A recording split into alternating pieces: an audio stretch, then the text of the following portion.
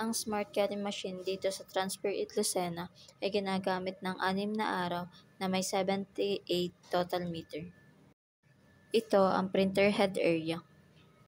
Ito naman ang cupping, head clean,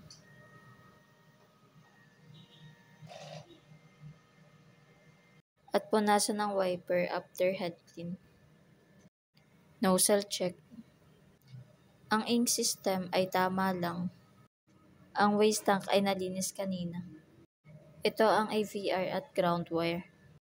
Nandito ang stocks ng used, unused, at film. Ito ang nagamit naming CMYK, isang cyan, isang yellow, isang black, at 2 white, 3 powder, at isang film. Ito ang daily output namin. At ito ang printer checklist namin. Thank you po.